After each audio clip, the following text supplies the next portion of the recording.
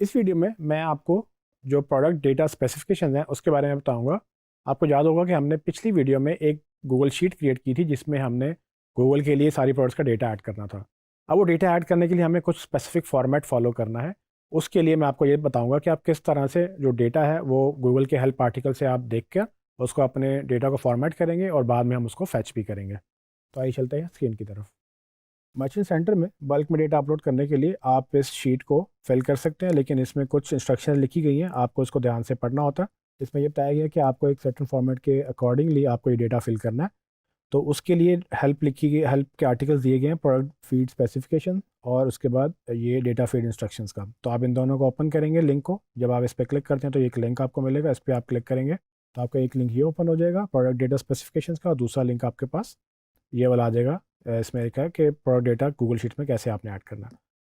अब स्पेसिफिकेशन में क्या बता रहा है, जब आप प्रोडक्ट डेटा स्पेसिफिकेशन में जाते हैं तो आप नीचे स्क्रॉल करेंगे, आप सारा पढ़ सकते हैं, लेकिन इसमें मैं आपको ज़रा इंपॉर्टेंट चीज़ें पहले बता देता हूँ कि आपका एक टेबल बनाया है उन्होंने कि आपका इस तरह से एट्रीब्यूट क्या है जी, आईडी है। आईडी में क्या रिक्वायर्ड है कि जी आपके जो प्रोडक्ट का आईडी है आप वो ऐड कर लेंगे यहाँ पर। ठीक है, जिस तरह से एग्जांपल लिखी हुई है, एग्जांपल में आपको बता रहा है कि जी 50 कैरेक्टर्स में आप मैक्सिमम इसको दे सकते हैं। फिर नीचे जाएंगे आप तो अगले में बता रहा है टाइटल कैसा होगा। टाइटल में कह रहा है कि जी आपके प्रोडक्ट का नाम होगा और उसमें आप एक एग्जाम्पल दे दिए उसने, उसमें आपको लेंथ बता दिए 150 से ऊपर ये नहीं जा सकता। उसके बाद नीचे आ जाएँ तो आपको इसी तरह से डिस्क्रिप्शन का बता रहा है कि ये आपकी प्रोडक्ट की डिस्क्रिप्शन है। उसमें एक सैम्पल दे दिया उन्होंने, उसमें 5000 करेक्टर्स की बात बताई है कि 5000 करेक्टर से ये लेंथी नहीं होना चाहिए और ये रिक्वायर्ड है। जहाँ जहाँ ये रिक्वायर्ड लिखा है वो इन्फॉर्मेशन आपने लाजमी डालनी है। कुछ चीज़ें रिक्वायर्ड नहीं होती तो वो आप उसको स्किप भी कर सकते हैं। लिंक में ये भी रिक्वायर्ड है, उसका फॉर्मेट दे दिया, ये आपका एक्चुअल प्रोडक्ट का लिंक होगा। और उसके बाद ये साथ ही आपका इमेज का लिंक है, जब आपने इमेज अपलोड करना है वो कहीं ना कहीं पड़ा हुआ होगा आपकी वेबसाइट पे, तो उसका लिंक आपने यहाँ लगाना है। और इसी तरह से आप आगे चलते जाएंगे। तो अभी मैं आपके सामने इसको फिल करता हूँ।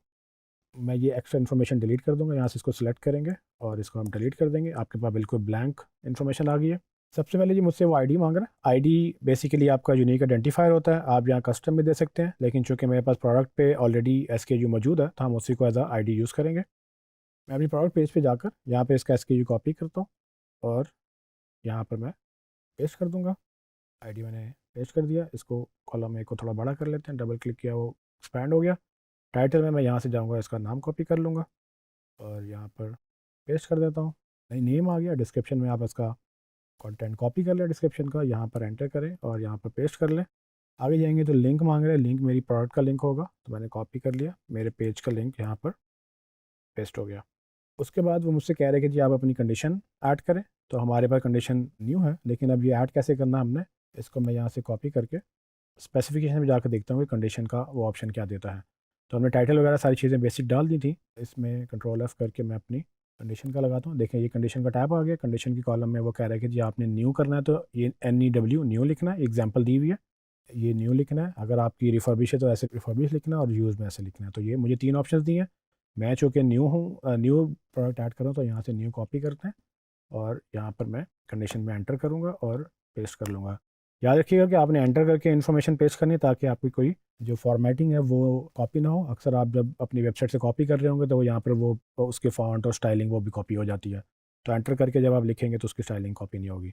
आगे प्राइस का टैब है। प्राइस में मुझे अपनी प्राइस बतानी है, तो अब प्राइस का एक सिंटेक्स हमें देखना पड़ेगा कि किस तरह से गूगल रिकमेंड करता है। यहाँ से कंट्रोल F करके प्राइस का सेक्शन ढूंढ लेते हैं।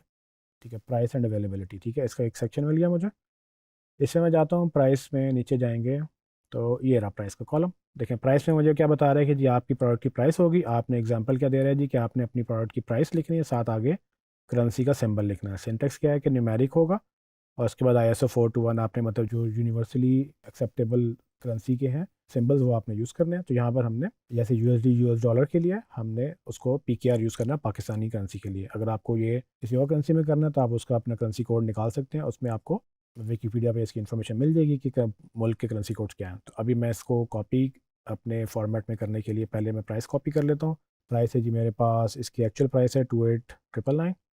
तो वहाँ जाते हैं, प्राइस में लिखूँगा 28,999.00 ऐड करना है तो आप कर सकते हैं, नहीं तो आप इसको मेरे ख्याल से स्किप भी कर सकते हैं। उसके बाद आपने यहाँ पर स्पेस देनी है और PKR लिखना है। ये आपका प्राइस का इस तरह से इन्फॉर्मेशन जाएगी। फिर आगे आगे जी आपके अवेलेबिलिटी का। अवेलेबिलिटी में हमने यहाँ से इसको सर्च कर लेते हैं।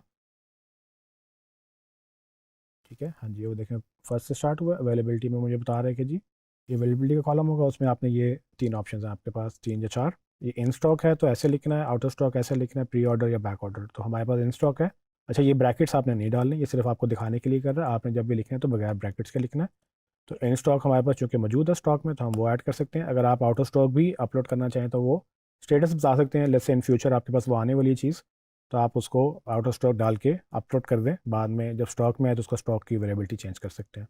इमेज लिंक में जाएंगे तो इमेज के लिए मुझे लेट्स से अपना ये इमेज ऐड करना है। इसको आप राइट क्लिक करके open image in new tab करेंगे तो आपके पास ये इमेज मैंने पहले से खोल कर रखा है। जिस तरह से देखें मेरी वेबसाइट में इमेज पड़ा हुआ है, इसका मैं यूआरएल कॉपी करता हूँ, वापस जाता हूँ, यहाँ पर इमेज का लिंक मैं पेस्ट कर देता हूँ।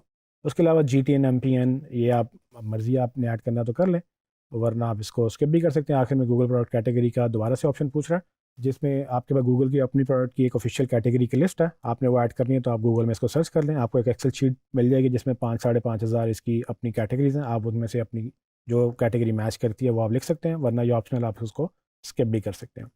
अच्छा, अब इसमें एक इंपॉर्टेंट बात यह है कि मैंने चूँकि प्राइस ऑफिशियल डाली है, मैंने सेल प्राइस भी तो डालनी थी, क्योंकि मेरी प्रोडक्ट ये सेल पे लगी हुई है और उसकी प्राइस है जी 25699। तो उसको हम कैसे ऐड करेंगे? इसके लिए हम प्रोडक्ट स्पेसिफिकेशन में जाते हैं और यहाँ पर हम देखते हैं कि हमारे पास सेल प्राइस क्या कहता है। ये प्राइस का टाइप था, प्राइस के नीचे देखें ये सेल प्राइस का ऑप्शन है। अब वो कह रहा है सेल प्राइस अगर आपने बतानी है, ये ऑप्शनल है, हमें ज़रूरी नहीं है, लेकिन चूँकि हमने लगाई हुई है तो हम चाहते हैं इसको ऐड करें।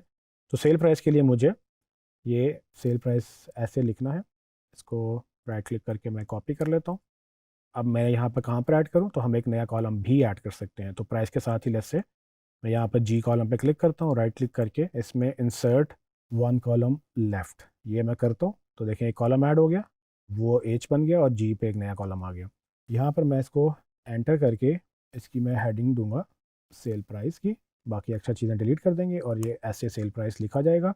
और प्राइस का सिंटेक्स वही होगा जो हमने पहले रेगुलर प्राइस का डाला था। तो सेल प्राइस का सिंटेक्स भी वही, हमने 15 USD इसी तरह से लिखना है। तो इसको मैं क्या करता हूँ, पहले वाले कॉपी करके यहाँ पर पेस्ट करता हूँ, लेकिन एक्चुअल मेरी सेल प्राइस क्या है जी 25699।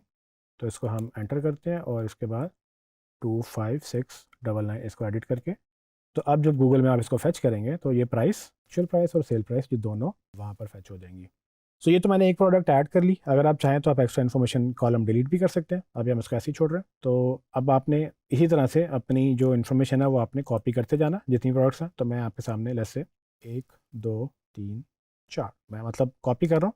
ये चूँकि मैं इसको कॉपी कर रहा हूँ, ये तो डुप्लीकेट होगी, तो आपने एक प्रोडक्ट एक दफ़ा ही डालनी है। सर दिखाने का मकसद ये है कि आप इसको मल्टीपल जब प्रोडक्ट्स डालेंगे तो आपकी शीट कैसे ग्रो करेगी, ठीक है। सो आप इसको थोड़ा सा मैं चेंज कर रहा हूँ ताकि मैं इसको इंपोर्ट कर लूँ। तो अभी मैं क्विकली चीज़ें थोड़ी सी चेंज करके आपको फैच करके दिखाता हूँ कि ये कैसे आप इंपोर्ट कर सकते हो। जी ट्रेंड्स, तो आप देख सकते हैं कि मैंने थोड़ी बहुत चेंजेस की है। मैंने आईडी थोड़ा यूनिक कर दिया, हर एक में मैंने एक नंबर डिफरेंट कर दिया है। फिर मैंने टाइटल भी 11 12 13 14 15 कर दिया। इसकी डिस्क्रिप्शन मैंने सेम रखी, लिंक भी सेम रखा है, कंडीशन भी। प्राइस मैंने चेंज कर दी, सेल प्राइस चेंज कर दी, स्टॉक में अवेलेबल है और लिंक्स वही हैं इमेज के। तो जस्ट आपको ये बता रहा हूँ कि किस तरह से आपका ये डेटा बढ़ता चला जाएगा। आपके 1000 2000 10,000 जितनी प्रोडक्ट्स हैं आपने ऐसे ही इसको ऐड करना है। और ऑफ कोर्स आपने एक्चुअल इन्फॉर्मेशन डालनी है। अगर आपकी इन्फॉर्मेशन गलत होगी तो उसको वो रिजेक्ट कर देगा। तो ये Google merchant centre actually verify करता है आपकी इन्फॉर्मेशन। तो आपने मेक श्योर करना आपकी जितनी भी इन्फॉर्मेशन है वो एक्चुअल होनी चाहिए। तो जब आप ये शीट रेडी कर लें तो उसके बाद आप अपने मर्चेंट सेंटर पर जाएँ, वहाँ पर प्रोसेसिंग में ये जो अपने फीड के नीचे प्रोसेसिंग में जाना है, तो इस दफ़ा आपने यहाँ पे इसको फैच नाउ करना है। तो अब चूँकि मैंने शीट बना ली है, अपडेट कर लिए, इसको फैच करते हैं। तो आप देख सकते हैं जैसे मैंने इसको फैच किया तो उसने मुझे बता दिया कि जी फाइल कब अपलोड हुई है। उसने डेट और टाइम बता दिया और मुझे ये बता रहा है कि जो फाइल इज़ बीइंग प्रोसेस। इसका मतलब ये है कि वो वहाँ से डेटा फैच कर रहा है। जब ये फैचिंग पूरी कर लेगा तो यहाँ पर आपको वो लिस्ट कर देगा कि उसने क्या डेटा प्रोसेस किया। जी ट्रेनिस, जब ये आपका फीड फैच कर लेगा तो आप वो बता रहे हैं कि जी फीड सेटअप प्रॉपरली हो चुका है। उसमें जो है देखिए नीचे बता रहा है कि जी आपकी प्रोसेसिंग रिपोर्ट है, 5 आइटम्स उसने फैच कर ली हैं। उसमें यहाँ पर सारे एट्रीब्यूट्स जो हैं वो भी उसने सारे प्रॉपरली पिक कर लिए हैं। अब हम जाके प्रोडक्ट्स में देखते हैं कि यहाँ पे क्या नज़र आ रहा है। तो आप देख सकते हैं कि जी उसने डिफरेंट प्रोडक्ट्स जो मैंने ऐड की थी मल्टीपल, वो फैच कर ली हैं और सारी अब पेंडिंग रिव्यू में चली गई। जैसे ये अप्रूव होंगी उसके बाद ये यहाँ पर लाइव हो जाएंगी। जी ट्रेनिस, तो आपने देखा कि आप किस तरह से गूगल मर्चेंट सेंटर के अंदर बल्क में फीड के थ्रू डेटा इंपोर्ट कर सकते हैं। अगली वीडियो में मैं आपको गूगल मर्चेंट सेंटर के डैशबोर्ड के बारे में बताऊँगा।